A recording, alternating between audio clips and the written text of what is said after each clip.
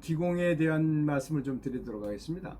이제 모든 모양새가 있는 것에는 다 기가 있어요. 어떤 거든지 간에 좋든 나쁘든 간에 다 기가 있게 마련이죠. 그래서 금강산을 보는 데는 10,000원을 받았다면 설악산은 5,000원 받고 원주치역산은 아마 3,000원 받아도 문제가 없을 거예요.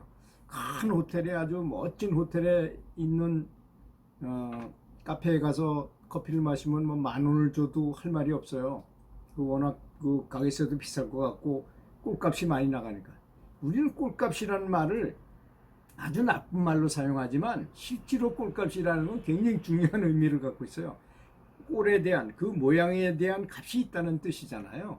사람도 그렇습니다. 사람이 아주 의관이 정제하고, 그래서 옛날에 중국에서 당나라 시대에 사람을 관리를 뽑을 때는 신원서판을 봤잖아요.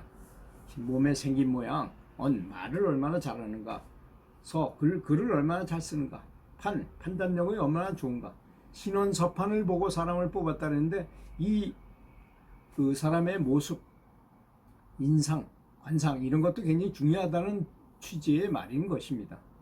그러니까 이 모든 것에는 다 그런 것이 있기 때문에 좋은 곳에 가서 좋은 장소에, 좋은 환경의 장소에 가서 명상을 하면 확실히 더 잘 되는 거 분명한 사실입니다. 그걸 무시할 수가 없어요. 스승께서도 어떨 때는 바닷물에다 발을 담그고 있는 그 해변에 산을 끼고 있는 냇가도 있고 바다도 있고 같이 문접한 부근에 가서 있을 때가 가장 좋다. 또 뭐 축복선이 있고 축복문이 있다. 이렇게 말씀을 하셨거든요. 좋은 곳이 있는 것입니다. 원래가 수행에는 가장 중요한 거 하나를 치자면 첫 번째는 스승일 것이고, 두 번째는 그 환경일 것입니다. 명당자리라든지 뭐 이런 것도 굉장히 영향이 있다는 얘기죠. 그 다음에 돈도 있어야 된다는, 재력이 없어가지고 내가 먹고 살기도 힘든데 수행하기 힘들거든요. 그 다음에 대인관계가 좋아야 됩니다. 그래야지 어떤 문제가 없이 어떤 트러블이 걸린 상태에서 명상하려고 앉아보십시오. 화가 나가지고 화가 꽉 차 있는데 무슨 진보가 일어나겠습니까? 이런 점이 있고, 이런 여러 가지 문제점이 있는 거예요. 사람한테는 그 자기 신변 관리를 일단 잘하고, 직업도 안정적으로 만들어 놓고, 가족 관계도 아주 잘 되도록 해놓고, 저는 그런 걸 못해가지고 한동안은 참 고생을 많이 했는데, 이제는 그것에 대해서 알았기 때문에 참여를 하고 아주 가족들한테 잘하려고 노력을 그랬더니 별 문제 없이 뭐 잘 수행이 되고 있어요. 제 아내는 기독교 장로까지 됐어요. 그 장로가 될 때까지는 제가 교회에도 다녀줬습니다. 뭐 교회 다니는데 괜찮더라고요. 가서 뭐 찬송가도 제가 성악을 약간 배워가지고 성악으로 노래도 찬송가도 불러주고, 그리고 장로가 된 순간에 이제 당신이 원하는 장로가 됐으니까 나는 이제 교회 그만 나가겠다 해서 이제 합의하에 지금은 나가지 않으니까 시간이 더 많고 아주 그 시간에 저는 명상할 수 있어서 너무 행복합니다.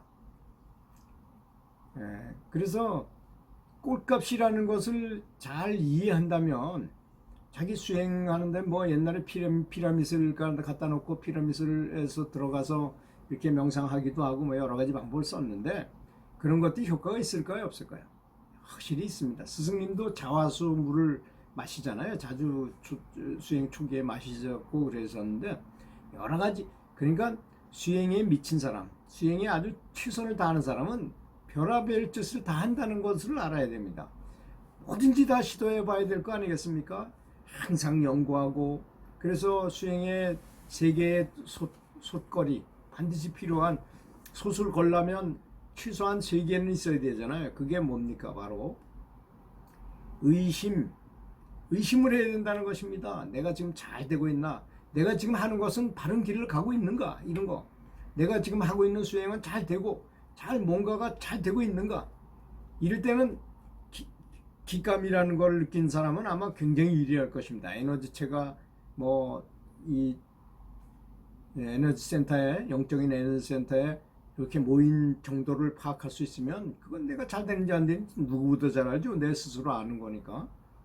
그리고 내가 어떻게 생각할 때 강해지고, 어떻게 생각하면 아주 약해지고, 어떨 때는 아주 없어져 버리고, 뭐 이런 것도 알 수 있게 되니까 얼마나 유리합니까? 그 다음에 분발심이 있어야 된다는 얘기죠. 여기는 뭐 도를 깨달으려고 애쓴다는 그런 거 의미가 아니고, 이런 도를 닦으면 반드시 이런 걸 달성할 수 있기 때문에 내가 몸을 던져서 일생에서 가장 중요한 부분이거나 반드시 이걸 해야 되겠구나, 이런 걸 말하는 분심이라는 것이, 분발심이라는 것입니다. 그래서 하루가 허망하게 흘러갔으면 참 땅을 치고 통곡을 하고, 야, 이 소중한 날을 그냥 허망하게 보냈구나 라고 반성하기도 하고, 이렇게 해야 되고, 또 마지막 한 가지는 뭐가 제일 중요한 거죠. 신심입니다. 믿는 마음. 내가 이렇게 손가락에다 집중, 지혜 안에다 집중하면 반드시 어떤 진보가 있다는 믿음을 갖는 것입니다. 스승님이 가르쳐 준 거를 철저하게 내가 기율을 지키고 따르기만 한다면 반드시 해탈하고 성불할 수 있다. 이런 확고한 믿음을 갖는 것이 가장 중요하다고 생각합니다.